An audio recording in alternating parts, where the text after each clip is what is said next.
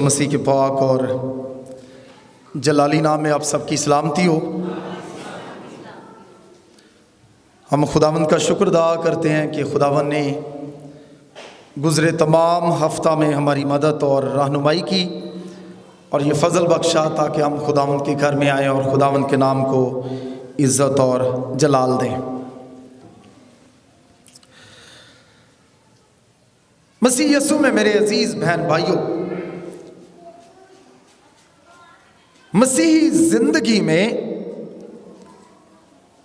آزمائش ایک ایسی حقیقت ہے جس سے کبھی بھی انکار نہیں کیا جا سکتا۔ اگرچہ تاریخ میں کچھ ایسے لوگ ہوئے ہیں جو کہ اس غلط فہمی کا شکار رہے ہیں کہ مسیحی شخص پر ابلیس اثر انداز نہیں ہوتا ہے۔ جو ونین نامی 5ویں صدی کا ایک بدعتی راہب ہوا، اس نے یہ خیال پیش کیا کہ جب انسان بپتسمہ پا لیتا ہے تو پھر اس کی زندگی سے ابلیس کا اختیار ختم ہو جاتا ہے۔ مقدس جاروم جو کہ اس کا ناقد تھا، اس نے اس کی ایک سوچ کی تردید کرتے ہوئے کہا، بپتسمہ ابلیس کو ڈبو نہیں دیتا، اس لیے یہ کیسے ہو سکتا ہے کہ ایک ایماندار کی زندگی پر ابلیس پھر کبھی اثر انداز نہ ہو۔ یوں کہنا یہ چاہتا ہوں کہ آزمائش ایک ایسا دشمن ہے جس سے ایک مسیحی اپنی ساری زندگی نابرد آزما رہتا ہے۔ بیناڈکٹ نارسیا جو کہ 5ویں اور 6ٹھی صدی کے قریب ہوا، اس کے بارے میں کہا جاتا ہے کہ اس نے خدا کے فضل کو زیادہ حاصل کرنے اور آزمائشوں پر غلبہ پانے کے لیے ایک طریقہ اختیار کیا۔ اس نے پھٹے پرانے کپڑے پہن لیے اور وہ 3 سال تک ایک ویران اور سنسان غار میں جا کر رہائش پذیر ہو گیا۔ وہاں اس غار میں وہ بالکل تھوڑی سی خوراک کھاتا تھا، حتیٰ کہ اس نے اپنی جسمانی خواہشات پر غلبہ پانے کے لیے ایک دفعہ اپنے آپ کو کانٹوں پر پھینک دیا، اور کانٹوں پر چھلانگ لگانے کی وجہ سے اس کا بدن لہو لہان ہو گیا، اور جب اس کا بدن ان کانٹوں کی وجہ سے گھائل اور زخمی ہو گیا تو وہ بہت بیمار اور لاغر ہو گیا۔ تاہم وہ اس بات کا تذکرہ کرتا ہے کہ اس ساری چیزوں کو کر لینے کے باوجود آزمائشیں پھر بھی اس کا تعاقب کرتی رہیں۔ یاد رکھیں، آزمائش ایک ایسی حقیقت ہے جو انسان کا ہمیشہ تعاقب کرتی رہتی ہے، اور واعظ کی کتاب میں لکھا ہوا ہے کہ جب تک انسان مر نہیں جاتا تب تک انسان کی خواہش مٹتی نہیں ہے، لہذا ساری زندگی ہر ایک انسان کو آزمائشوں کا سامنا کرنا پڑتا ہے۔ میرے عزیزو، خداوند کا ایک بندہ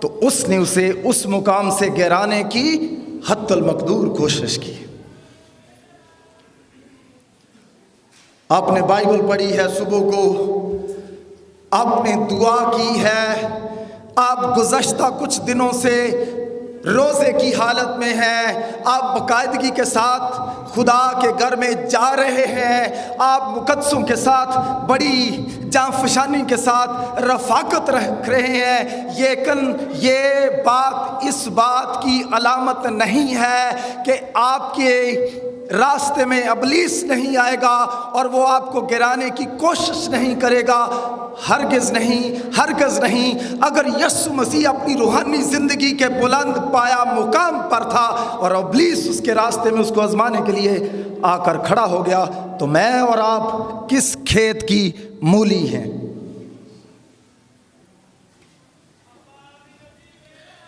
بہت سارے ایماندار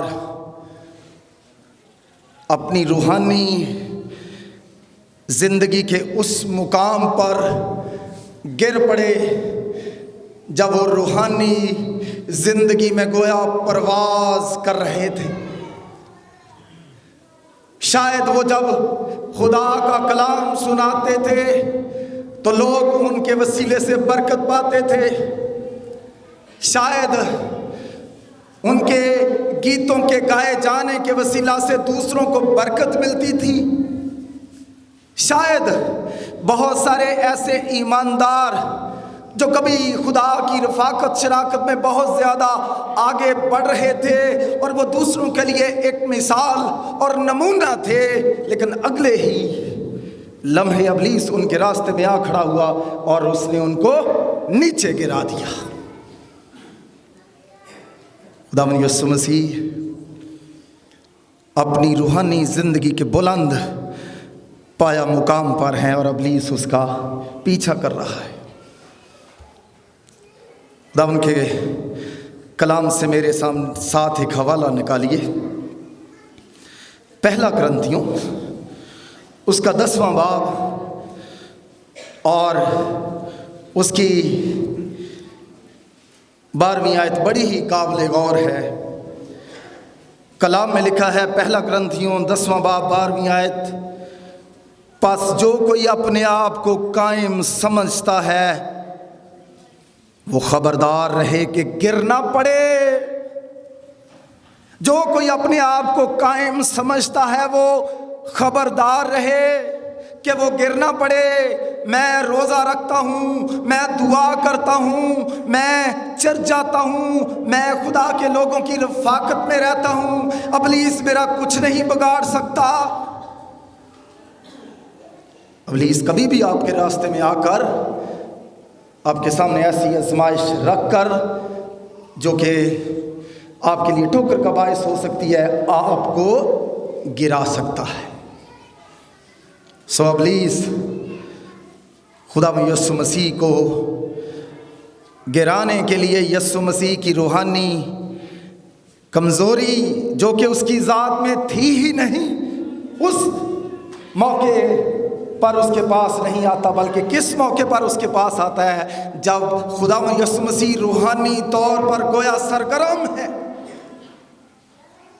وہ اپنی روحانی زندگی کے بلند پایا مقام پر ہے، اور ابلیس ان کو گرانے کے لیے ان کے پیچھے اس کا مسلسل تعاقب کر رہا ہے۔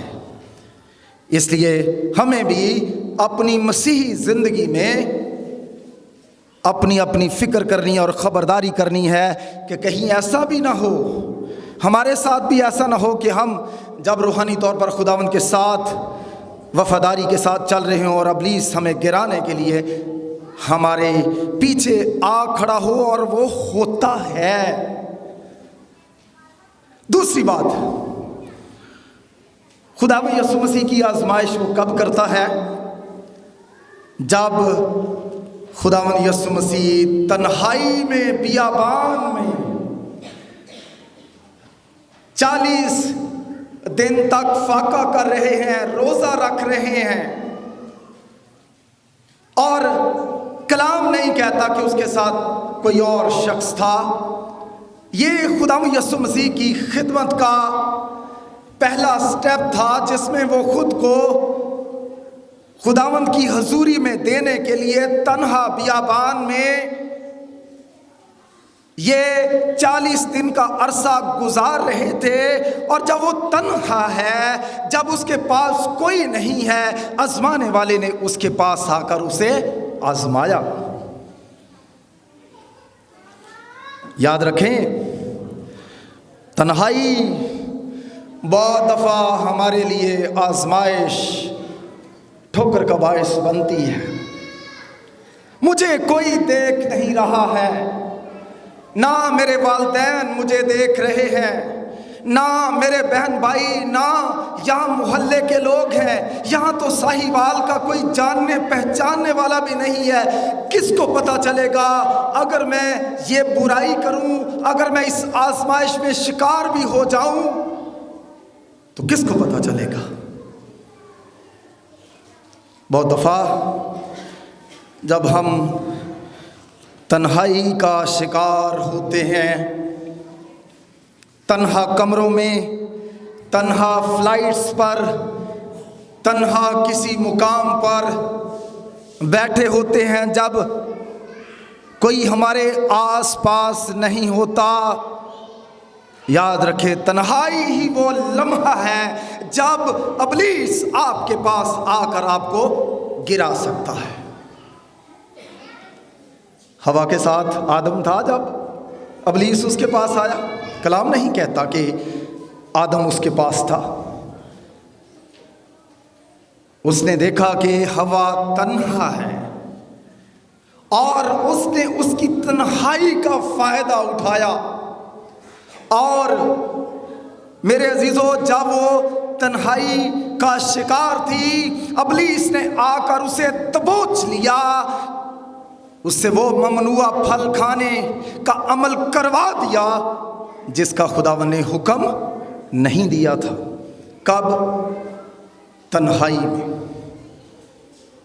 میرے عزیزو، دوسرا پہلو جو میں آپ کے سامنے رکھ رہا ہوں وہ یہ ہے کہ خداوند یسوع مسیح تنہائی کی حالت میں آزمائش کرنے والے کے ہاتھوں سے آزمائے گئے. اس لیے میں یہ کہنا چاہتا ہوں کہ اگر آپ روحانی زندگی میں آزمائشوں پر غالب آنا چاہتے ہیں، حتی المقدور کوشش کیجیے. اگر آپ شادی شدہ ہیں، آپ اپنی بیوی، آپ اپنے بچوں کے ساتھ زیادہ سے زیادہ ٹائم سپینڈ کریں. آپ اگر چرچ ممبر ہیں، آپ چرچ سے دور نہ رہیں، آپ خدا کے لوگوں کی رفاقت شراکت میں رہیں. کیونکہ اگر آپ تنہائی کا شکار ہوں گے تو آزمائش آپ کو دبائے گی. آزمانے والا آپ کے پاس آ کر آپ کو گرا دے گا. اور نہ صرف تنہائی میں یسوع مسیح آزمایا گیا، نہ صرف ہوا تنہائی میں آزمائی گئی. جب داؤد ہتی یوریا کی بیوی کے ساتھ زناکاری کی آزمائش میں پڑا تو وہ بھی تنہا کیا کر رہا تھا؟ چھت پر ٹہل رہا تھا اور وہ آزمائش کا شکار ہوا. آج دوسرا خیال جو میں آپ کے سامنے رکھ رہا ہوں، اگر آپ آزمائشوں سے بچنا چاہتے ہیں یا ابلیس کی چالوں کو سمجھنا چاہتے ہیں کہ کب کب وہ خدا کے لوگوں کو گرا سکتا ہے، وہ اس وقت بھی انہیں گرا سکتا ہے جب وہ روحانی بلندی کے مقام پر ہوں گے، اور وہ اس وقت بھی ان کو گرا سکتا ہے جب وہ تنہا ہوں گے. میرا موبائل میرے پاس ہے، میں اس پر جو مرضی دیکھوں. میں اکیلا اپنے آفس میں کمپیوٹر پر بیٹھا ہوا ہوں، کوئی نہیں ہے. میں اکیلا، ریموٹ کنٹرول میرے ہاتھوں پر میں ہے اور میں ٹی وی دیکھ رہا ہوں. میں اکیلا اس شہر میں ہوں، میں اکیلا اس مقام پر ہوں. مت سمجھیں آپ اکیلے ہیں تو آپ طاقتور ہیں. ابلیس اگر یسوع مسیح کی تنہائی کو دیکھ کر اسے آزمانے کے لیے آ سکتا ہے تو وہ آپ کو بھی تنہائی میں دیکھ کر گرانے کے لیے آ سکتا ہے. تیسری بات، میرے عزیزو، ابلیس خداوند یسوع مسیح کے پاس کس وقت آتا ہے؟ جب اسے بھوک لگتی ہے 40 دن کا فاقہ کرنے کے بعد۔ دیکھیں ابلیس کس قدر چالاک ہے، کس قدر وہ شاطر ہے، وہ کس طرح سے اپنی ذہانت کا استعمال کرتا ہے، اور وہ سمجھتا ہے کہ اب یسوع مسیح ضرورت کی حالت میں ہے، اس نے 40 دن تک کچھ کھایا پیا نہیں ہے، یہ بھوکا ہے، یہ پیاسا ہے، اب جب میں اس کے پاس جاؤں گا تو میں اسے اڑبنگا لگانے میں کامیاب ہو جاؤں گا۔ ابلیس بہت دفعہ ایمانداروں کو اس وقت آزمانے نہیں آتا جب وہ کھا کر سیر ہوتے ہیں، جب ان کے پاس مال و دولت، آسائش و آرام کی ساری سہولیات موجود ہوتی ہیں۔ وہ بہت دفعہ ایمانداروں کا تعاقب اس وقت کرتا ہے جب وہ سمجھتا ہے کہ اس وقت انہیں پیسوں کی ضرورت ہے، اس وقت انہیں شفا کی ضرورت ہے، اس وقت انہیں امن کی ضرورت ہے، اس وقت ان کے بچوں کی ضرورت ہے، اس وقت وہ آپ کو آزمانے کے لیے آ سکتا ہے۔ ضرورت کے وقت، یسوع مسیح کی بھوک کے وقت ابلیس اس کے پاس آتا ہے اور کیا کہتا ہے؟ اگر تو خدا کا بیٹا ہے تو فرما یہ پتھر روٹیاں بن جائیں۔ اگر یسوع مسیح نے روٹی کھائی ہوتی تو کیا کہتا؟ بھائی میں نے تو ابھی ابھی کھائی ہے، مجھے کیا ضرورت ہے کھانے کی روٹی؟ جو پہلی چیز جو یسوع مسیح کی آزمائشوں کے حوالے سے میں بتا رہا ہوں، یسوع مسیح روحانی زندگی کی بلندی پر آزمایا گیا۔ وہ جب تنہائی میں تھا اس وقت آزمایا گیا، اور جب وہ بھوک کی حالت میں ہے، ضرورت کی حالت میں ہے، وہ اس وقت آزمایا گیا۔ اور ہم بھی ایماندار ہوتے ہوئے ان تینوں حالتوں میں سے جب گزر رہے ہوں اس وقت ہم آزمائے جا سکتے ہیں۔ اب کس طرح سے آزمایا گیا؟ وہ 3 آزمائشوں کے ذریعے سے آزمایا گیا، اور پہلی آزمائش کیا ہے؟ روٹی کی آزمائش۔ روٹی ہم سب کی بنیادی ضرورت رہی ہے۔ جب ہمارے گھروں میں آٹا نہ ہو، گھر میں کھانے والے 5 یا 10 افراد ہوں، تو میرے عزیزو اگر ہمارے سامنے کوئی آزمائش آئے تو ہم یہ سوچ سکتے ہیں، ہم یہ توجیہ پیش کر سکتے ہیں، بھئی ہم اپنے بچوں کا پیٹ کیسے پالیں؟ ہم ان کو بھوکا نہیں چھوڑ سکتے، اس لیے اگر ہمیں اپنے بچوں کا پیٹ پالنے کے لیے، انہیں روٹی کھلانے کے لیے کسی ناجائز کام کا بھی سہارا لینا پڑتا ہے تو ہم لیں گے نہیں۔ خداوند یسوع مسیح ضرورت کی حالت میں ہے، لیکن پھر بھی وہ کیا کہتا ہے؟ اس نے جواب دیا، آدمی صرف روٹی ہی سے جیتا نہ رہے گا بلکہ ہر اس بات سے جو خداوند کے منہ سے نکلتی ہے۔ خداوند یسوع مسیح یہ انکار نہیں کر رہا کہ روٹی سے بندہ جیتا نہیں ہے۔ خداوند یسوع مسیح یہ کہہ رہا ہے آدمی صرف روٹی ہی سے جیتا نہ رہے گا بلکہ اس کی زندگی کا دار و مدار خدا کی باتوں پر ہے، زندگی کی روٹی پر ہے، روحانی روٹی پر بھی ہے۔ جسمانی زندگی کے لیے جسمانی روٹی چاہیے اور روحانی زندگی کے لیے روحانی روٹی چاہیے۔ وہ اس سے آزماتا ہے، روٹی سے آزماتا ہے۔ اور دوسری آزمائش ہے، تب ابلیس اسے مقدس شہر میں لے گیا اور ہیکل کے کنگرے پر کھڑا کر کے اس سے کہا اگر تو خدا کا بیٹا ہے تو اپنے تائیں نیچے گرا دے، کیونکہ تیری بابت وہ اپنے فرشتوں کو حکم دے گا کہ تجھے اپنے ہاتھوں پر اٹھا لے۔ اگر تم ہیکل کے اس بلند مقام سے ہیکل میں ایک ایسا مقام تھا، ایک ایسا ٹاور تھا، ایک ایسا مینار ہیرودیس بادشاہ کے زمانے میں بنایا گیا تھا، غالباً جس کی بلندی 500 ہاتھ کے قریب تھی۔ یوسیفس اپنی تحریروں کے اندر لکھتا ہے اگر کوئی شخص اوپر چڑھ جاتا تو اس کے لیے نیچے چلتی پھرتی چیزوں پر نظر کرنا مشکل ہو جاتا تھا، وہ اس قدر بلند مقام تھا۔ ابلیس نے اسے ہیکل کے کنگرے پر کھڑا کر کے کہا اگر تو اپنے تائیں نیچے گرا دے تو تیری بابت لکھا ہے کہ وہ اپنے فرشتوں کو حکم دے گا تاکہ تیرے پاؤں کو پتھر سے ٹھیس نہ لگے۔ خدا یسوع مسیح نے کیا کہا؟ یسوع نے اس سے کہا یہ بھی لکھا ہے کہ تو خداوند اپنے خدا کی آزمائش نہ کر، تو خداوند اپنے خدا کی آزمائش نہ کر، جب لکھا ہے تو وہ واقعہ ہی کرے گا۔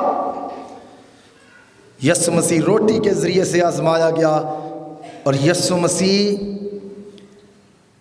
ایک غرور اور تکبر کے پہلو سے آزمایا گیا کہ اگر تو چھلانگ لگا دے گا تو یروشلم کے سارے لوگ کہیں گے کہ تو تو واقعی خدا کا بیٹا ہے، سب لوگ تیرے پیروکار ہو جائیں گے، تیری دھوم جو ہے وہ پورے یروشلم میں مچ جائے گی، اس لیے تو کیا کر، تو یہاں سے چھلانگ لگا دے۔ لیکن خدا یسوع مسیح نے اس کی بات نہیں مانی، بلکہ یسوع مسیح نے کیا کہا؟ تو خداوند اپنے خدا کی آزمائش نہ کر۔ روٹی سے آزمایا گیا، ایک اور لالچ سے آزمایا گیا کہ اگر تو گرا دے گا تو تیری شہرت کے لالچ سے گویا وہ آزمایا گیا۔ خدا یسوع مسیح نے اس کی اس آزمائش کو بھی ٹھکرا دیا، اور پھر کلام میں لکھا ہے ابلیس اسے اونچے پہاڑ پر لے گیا اور دنیا کی سب سلطنتیں دکھائیں، عیش و عشرت۔ تو استبل میں پیدا ہوا، تو نے کہا لومڑیوں کے بٹ ہوتے ہیں اور ہوا کے پرندوں کے گھونسلے، مگر ابن آدم کے لیے سر دھرنے کی جگہ نہیں، دیکھ میرے پاس کیا ہے۔ وہ اسے پہاڑ پر لے گیا اور اسے دنیا کی سب سلطنتیں دکھائیں، شان و شوکت دکھائی، اور اسے کہا اگر تو مجھے جھک کر سجدہ کر دے تو سب میں تجھے دے دوں گا۔ دنیا کے مال و دولت کا لالچ میرے اور آپ کے خداوند یسوع مسیح کو دیا گیا۔ اور آج بھی کتنے ایسے مسیح ہیں جن کو کہا جاتا ہے آپ مسیحیت کو چھوڑ کر ہمارا مذہب اختیار کر لیں، آپ یسوع مسیح کی پیروی کو چھوڑ دیں، ہم آپ کو رشتہ دیں گے، ہم آپ کو زمین دیں گے، ہم آپ کو یہ مقام دیں گے، یہ سہولیات میرے عزیزوں مہیا کریں گے۔ اور کتنی دفعہ ہمارے بہت سارے مسیح گھرانے ایسا کرتے بھی ہیں۔ بہت سارے ایسے لوگوں کو جانتا ہوں جنہوں نے مسیحیت کو چھوڑ دیا، یسوع مسیح کا انہوں نے کیا کر دیا؟ دنیاوی دولت کے لیے، حشمت کے لیے، عیش و آرام کے لیے انہوں نے یسوع مسیح کا کیا کر دیا؟ انکار کر دیا۔ خدا یسوع مسیح نے کہا جو کوئی آدمیوں کے سامنے میرا نام لینے سے انکار کرے گا، میں باپ کے سامنے اور فرشتوں کے سامنے اس کا نام لینے سے کیا کروں گا؟ انکار کروں گا۔ خدا یسوع مسیح نے دنیا کی ساری شان و شوکت کو کیا کر دیا؟ ٹھکرا دیا۔ اس نے روٹی کی آزمائش کو ٹھکرا دیا، اس نے عزت اور شہرت پانے کی آزمائش کو کیا کر دیا؟ ٹھکرا دیا۔ کاش ہم بھی یسوع مسیح کے نقش قدم پر چلتے ہوئے ایک تو غور کریں کہ کب کب ابلیس ہمیں آزما سکتا ہے، اور اس بات پر بھی دھیان رکھیں کہ ہم کیسے آزمائے جا سکتے ہیں۔ اب سوال یہ پیدا ہوتا ہے کہ یسوع مسیح نے ابلیس کا ان آزمائشوں کا مقابلہ کیسے کیا؟ جلدی کے ساتھ خدا یسوع مسیح نے تینوں آزمائشوں کی بابت جو ابلیس کی طرف سے اس کے سامنے پیش کی گئی، خدا یسوع مسیح نے تینوں دفعہ کلام خدا کا استعمال کیا۔ ابلیس نے جب روٹیاں کہا تو یسوع نے کیا کہا؟ پتھروں سے روٹیاں بنانے کے لیے کہا؟ یسوع نے کہا لکھا ہے کہ آدمی صرف روٹی ہی سے جیتا نہ رہے گا بلکہ ہر اس بات سے جو خداوند کے منہ سے نکلتی ہے۔ پھر خداوند یسوع مسیح نے دوسری آزمائش کے جواب میں کہا، جب اس نے ہیکل کے کنگرے پر اسے کھڑا کر کے کہا کہ تو اپنے تائیں نیچے گرا دے، یسوع نے کہا لکھا ہے کہ تو خداوند اپنے خدا کی آزمائش نہ کر۔ تیسری آزمائش کی بابت بھی جب اس نے یہ آزمائش اس کے سامنے رکھی تو یسوع مسیح نے کہا لکھا ہے۔ خداوند یسوع مسیح نے ابلیس کا مقابلہ کیسے کیا؟ کلام خدا کے ذریعے سے۔ افسیوں کے خط میں لکھا، اور روح کی تلوار جو خدا کا کلام ہے لے لو، کیونکہ ہمیں گوشت اور خون سے کشتی نہیں کرنی بلکہ شرارت کی ان روحانی فوجوں سے جو آسمانی مقاموں میں ہیں۔ پہلا ہتھیار جو ابلیس کے لیے اس کی آزمائشوں پر غالب آنے کے لیے میرے اور آپ کے منجی نے استعمال کیا، وہ کیا ہے؟ کلام خدا، ورڈ آف گاڈ۔ یہ دو دھاری تلوار ہے جو بند اور گودے میں سے گزر جاتی ہے اور دلوں اور خیالوں کو جانچتا ہے۔ اس کا استعمال ہم نے اپنی مسیحی زندگی میں کرنا ہے اگر ہم نے ابلیس پر غالب آنا ہے۔ دوسری بات، یسوع مسیح کیسے غالب آئے؟ چوتھے باب کی 10ویں آیت میں لکھا ہے، یسوع نے اس سے کہا اے شیطان دور ہو۔ یسوع مسیح نے کیا کہا؟ اے شیطان دور ہو۔ جب آزمائشیں آپ کی روحانی زندگی کے عروج میں آپ کا سامنا کریں، جب ابلیس تنہائی میں آپ کو آزمانے کی کوشش کرے، جب آپ بھوک افلاس کا شکار ہوں، بیماری کا شکار ہوں اور ابلیس آپ کو آزمانے کی کوشش کرے، تو آپ بھی یسوع کی طرح کہہ دیجئے اے ابلیس دور ہو، اے شیطان دور ہو، میں تجھے یسوع کے نام سے ڈانٹتا ہوں۔ یسوع کلام کے ذریعے سے غالب آیا۔ یسوع مسیح آزمائشوں پر ابلیس کو ڈانٹنے کے ذریعے سے غالب آیا۔ یسوع مسیح نے ایک اور اصول بھی گیتسمنی باغ میں اپنے شاگردوں کو بتایا، اور وہ آزمائش پر غالب آنے کا اصول کیا ہے؟ جاگو اور دعا کرو تاکہ تم آزمائش میں نہ پڑو۔ کلام کے ذریعے سے ہم آزمائشوں پر غالب آ سکتے ہیں، ابلیس کو ڈانٹنے کے ذریعے سے ہم غالب آ سکتے ہیں، اور ہم دعا کرنے کے ذریعے سے ابلیس پر غالب آ سکتے ہیں، کیونکہ یہ اصولات جو ہیں خدا یسوع مسیح نے خود عملی طور پر بھی ان کا تجربہ کیا ہے، آزمایا ہے۔ یہ آزمودہ نسخہ ہے، اور یسوع مسیح نے یہ اصول، دعا کا اصول ابلیس پر غالب آنے کے لیے ہمیں کیا کیا ہے؟ بتلایا ہے۔ اور آخری بات یہ کہنا چاہتا ہوں، اس نے ابلیس کی صلاح، ابلیس کے مشورے کا انکار کر کے بھی ابلیس کو کیا کیا ہے؟ اس کی آزمائشوں پر غالب آیا، اس کی بات نہیں مانی۔ پہلے زبور میں کیا لکھا ہے؟ مبارک ہے وہ جو شریروں کی صلاح پر نہیں چلتا۔ وہ شریر ابلیس ہے جو خدا کے لوگوں کو غلط مشورے دیتا ہے۔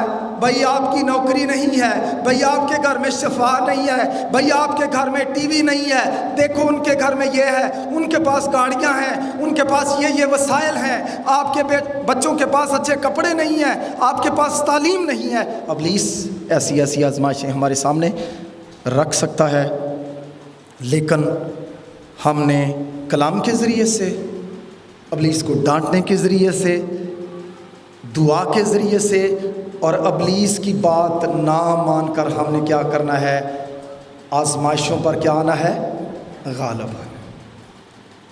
ابلیس کی بات نہیں مانی، اس کا مشورہ نہیں مانا، نہ پتھروں کو روٹی بنایا، نہ خدا یسوع مسیح نے ہیکل کے کنگرے سے چھلانگ لگائی، نہ پہاڑ پر چڑھ کر شان و شوکت کو، دنیا کی سلطنتوں کو دے کر ابلیس کو سجدہ کیا۔ اب اس کا نتیجہ کیا ہوا؟ یسوع مسیح کو ابلیس کی باتوں کا انکار کرنے کا نتیجہ کیا ہوا؟ 11ویں آیت میں لکھا ہے، تب ابلیس اس کے پاس سے چلا گیا۔